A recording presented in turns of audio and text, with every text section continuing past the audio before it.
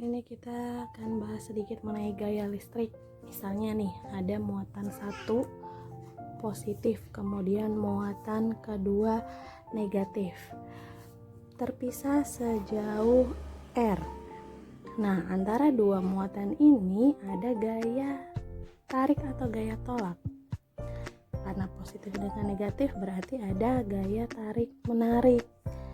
Nah, gaya tarik menarik ini namanya adalah gaya listrik atau gaya Coulomb.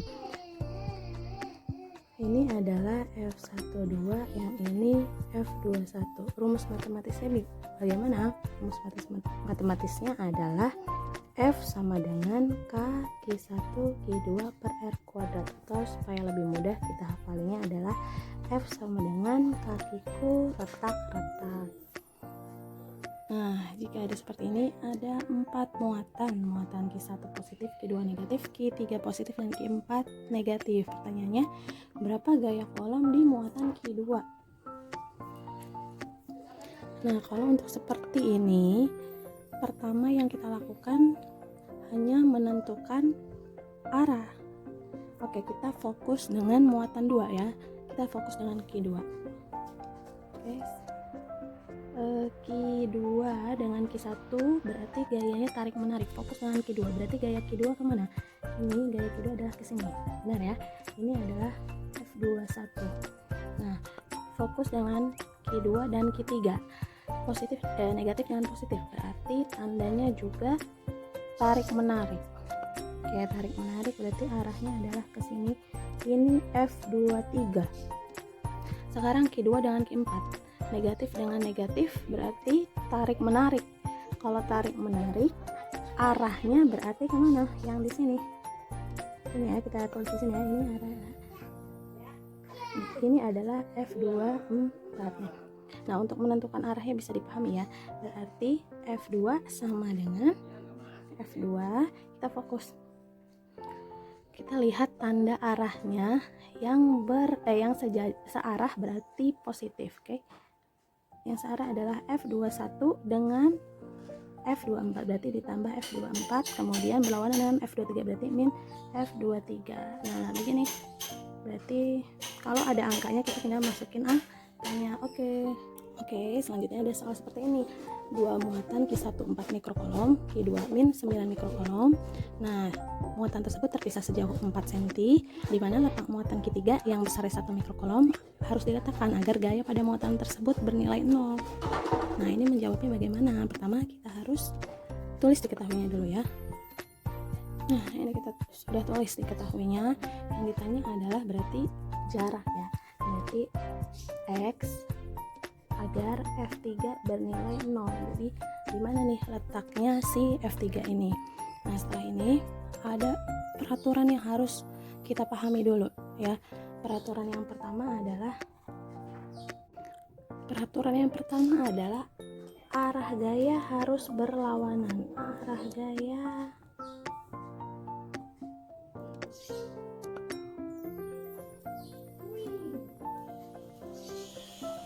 setelah itu yang kedua adalah dekati muatan yang lebih kecil. Dekati muatan yang nilainya lebih kecil. Oke, berarti kalau sudah seperti ini kita gambarkan, kita ilustrasikan ya. Ini ada muatan 1 positif, Q1 adalah 4 mikrocoulomb, kemudian Q2 negatif 9 mikrocoulomb. Nah, di mana letak muatan Q3? Kita misalkan dulu, misalnya muatan Q3 adalah berada pada antara ini, di antara Q1 dan Q2. Kita misalkan ya, misalnya ada di sini muatan Q3 positif kan, 1 mikrocoulomb. Nah, kita lihat dulu arahnya. Q1 dengan Q3 positif dengan positif berarti tolak menolak, arahnya ke sini. Ke F13 ya kan. Kemudian Q3 dengan Q2 positif dengan negatif tarik menarik. Ketiga arahnya kemana? Dengan Q2 ke sini juga. F23. Nah, ini tidak memenuhi hukum yang pertama tadi, arahnya harus berlawanan, sedangkan ini arahnya searah. Berarti letaknya di sini adalah salah. Nah, sekarang kita coba lagi. Jika letaknya tidak di tengah, nah berarti kan letaknya bukan di tengah nih, letaknya bukan di sini. Pilihan keduanya adalah letaknya kalau nggak di sini, berarti di sini. Nah, sekarang kita lihat peraturan yang kedua tadi, dekati muatan yang nilainya lebih kecil. Nah, muatan mana yang lebih kecil? Lihatnya dari nilainya ya.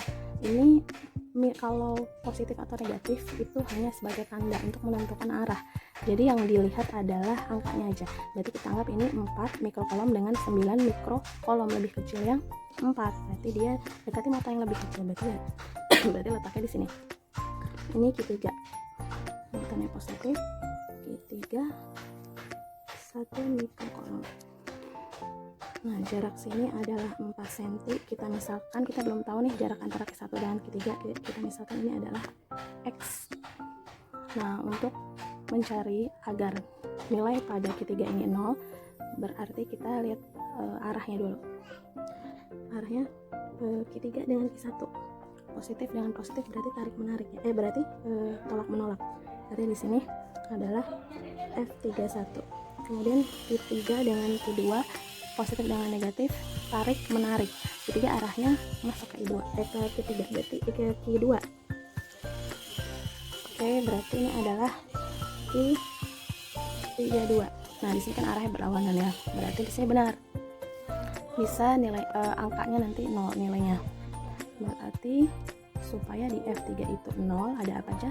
F31 min F32 sama dengan ini, mohon maaf nih, ini F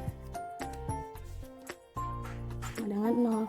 Nah, baru kita menggunakan rumus tadi kaki kotak-kotaknya. Nah, ini kan bisa gini, F31 sama dengan F32, misalkan pindah ke kanan. Nah, ini K Q1 Q3 per R13 kuadrat sama dengan K Q2 Q3 per R23 kuadrat. Yang sama kita coret, K sama kita coret, kemudian Q3 sama kita coret, berarti tinggal Q1. Nah, Q1 tadi 4, kemudian jarak R1 dengan 3 berarti X kuadrat. Q2 nya adalah tadi 9 per jarak 2 dengan 3, 2 dengan 3 berarti 4 ditambah X ditambah 4 ini ya, X plus 4 kuadrat. Nah, ini mengerjakan seperti ini, yang kuadrat kita jadikan 1 di sebelah kiri, misalnya X plus 4 kuadrat. Nah, kayak seperti ini. Tadi X kuadrat dikalikan dengan 9, berarti 9 ada di sini, 4 ada di sini, benar ya? Oke. Nah, ini di sini ada kuadrat, supaya kuadratnya hilang berarti kita harus akar. Kita kasih akar di sini, kita kasih akar, berarti X per X plus 4 sama dengan 2 per akar dari 4, 2 akar dari 9, 3. Nah, kalau sudah seperti ini berarti kita bisa selesaikan persamaannya. 3X sama dengan kali silang 2X plus 8, benar.